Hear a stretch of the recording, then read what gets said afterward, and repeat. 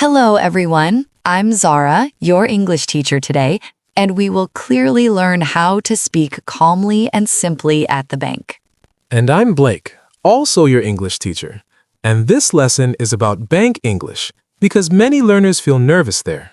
Today, we are teaching basic bank words, simple questions, and short answers so you can feel safe, clear, and confident.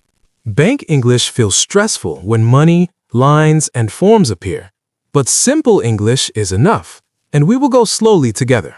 Please listen, repeat, and relax, because we will guide you step by step with clear examples and practice you can comment. Now, we start teaching a very common situation, going to the bank for the first time, and many learners feel confused, slow, and nervous inside. Yes, nervous means your heart feels fast, your hands feel cold, and you worry about speaking wrong English, but this feeling is very normal. Imagine you enter the bank to open an account or ask for help, and you see desks, papers, and serious faces.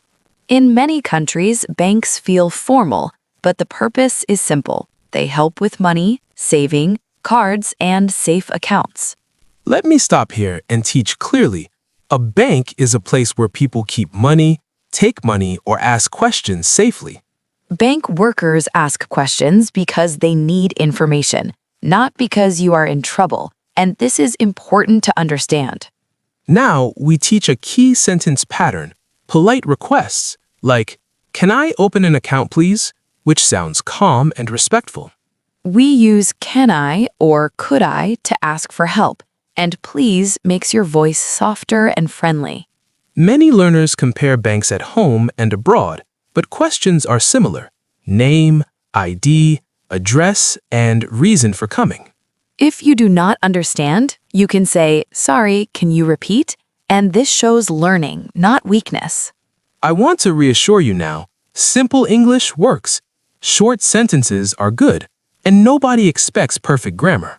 Please listen again. Repeat these ideas and feel calmer, because we will practice slowly and build confidence together. Now we move to the counter, and I am teaching what happens when you wait in line and feel unsure. Yes, many learners stand there thinking, papers in hand, eyes tired, feeling slow because forms look long and unclear. I want to think aloud now. You reach the desk, you breathe, and you plan one clear sentence only. This is an important teaching moment. You are learning how to ask for help politely and simply in English. You can start with, "Can I get help, please?" or "I need help with this form," and stop there. Can I is for polite questions, and I need is for clear needs. Both are correct and useful. Here, we teach cause and effect. When your question is clear, the worker understands faster and helps better. If the question is long and confused, the answer becomes slow, so short English creates a calm result. Sometimes you do not understand the form, and that is normal. Even native speakers ask questions there. You can say, "Sorry, I don't understand this part," which shows honesty and helps the worker explain clearly. Notice the feeling. Your shoulders relax when you ask clearly, and the stress in your body drops in your body. Please remember this teaching point. Clear questions bring clear help, and your confidence grows step by step.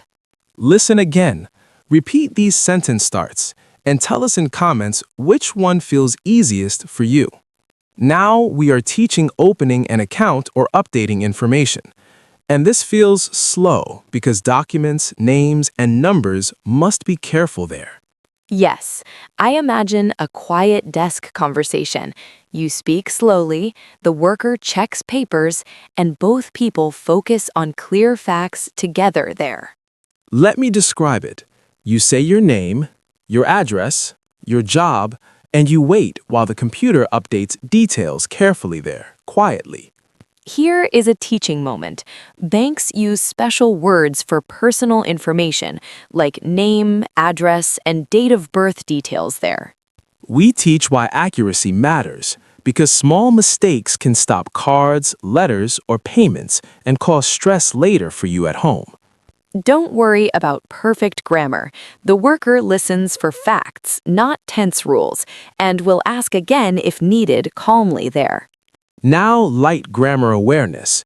We use present simple for facts, like I live here, I work there, every day, now clearly stated facts. This grammar helps meaning, but even short sentences communicate, so simple facts are enough for most people today at the bank there. I repeat this idea. Slow speech, clear facts, and calm voice create understanding even when English feels limited for you today there. Updating information is similar. You say what changed, like address or phone, and the worker updates records slowly again, with care there. Please notice your body now. When you understand the process, your chest relaxes, and confidence grows naturally over time for you there. We will repeat these ideas again later because repetition builds memory, and memory builds calm English use in real bank situations for you there. Now we are teaching problems at the bank, like fees or cards not working, and these moments often create worry and tight feelings. Worry means your mind feels busy, your stomach feels heavy, and you think something bad happened with your money there. I will model calm speech now. You say what happened slowly, you stay polite, and you avoid angry or loud words. This is a clear teaching moment. You are learning how to explain a problem politely, not angrily, because tone changes results. You can say, my card did not work yesterday, which uses simple past to explain something finished before now. We explain past tense gently, it just shows when something happened, and perfect grammar is not required to be understood. Now, cause and effect. You explain what happened first, then how it feels, like confused, worried, or uncomfortable. For example, you say, I saw a fee, and I feel confused, which helps the worker understand both facts and feelings. Clear order creates better help because the worker knows the problem and can check the account calmly. Banks expect problems and questions. This is normal work for them, so you do not need to feel shy or small. Notice your body again. When you speak calmly, your voice slows, your hands relax, and control returns.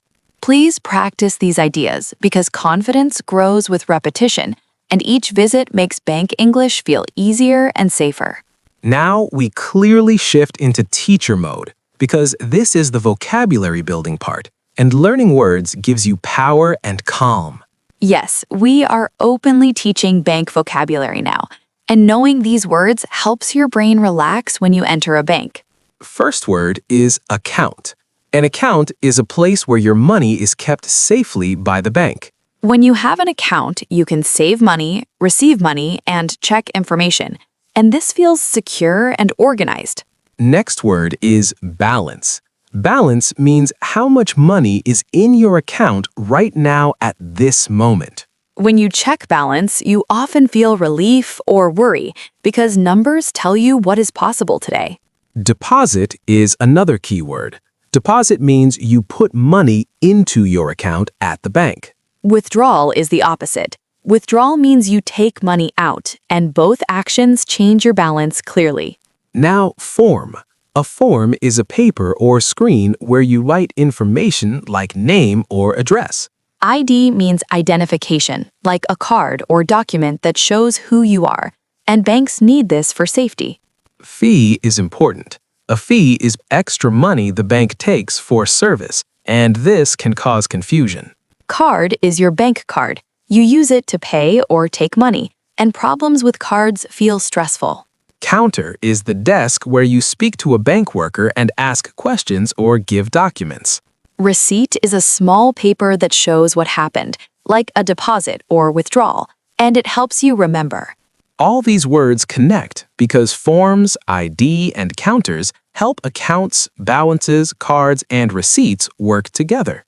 If you know these words, you are already ahead, so repeat them slowly and feel proud of your progress today. Let's calmly review what you studied today, because reviewing helps English move from listening into memory and daily use. Yes, we practiced talking at the bank using simple English, polite questions, and calm explanations for help and problems. We reviewed key goals: understanding bank situations, asking simple questions, and feeling confident with short, clear sentences. We also repeated important vocabulary like account, balance, form, fee, card, counter, and receipt, all connected together. Remember this teaching point: understanding grows from listening many times, not from being fast or perfect. You are making progress already, even if it feels slow, because your brain is learning patterns and meanings. Please re-watch parts you need, pause, repeat, and trust that simple English really works in real banks. You are doing well, and confidence grows step by step, so be patient and kind to yourself today. Now, we move to our question of the day, which helps memory and confidence when you answer in comments. The question is simple. Why do you go to the bank? For example, to open an account or ask for help. You can answer with very short ideas, like one reason, one word, or one simple sentence only. Spelling mistakes are okay. Short answers are perfect. And writing helps your English stay in your memory. Finally, thank you for studying with us today, and we are happy to guide you in practical English. If you like this lesson, please like, subscribe, and comment, because this helps us create more free lessons. Remember, progress comes step by step, not in one day, and every lesson builds real confidence. We look forward to seeing you again for more calm, clear, and useful English lessons very soon.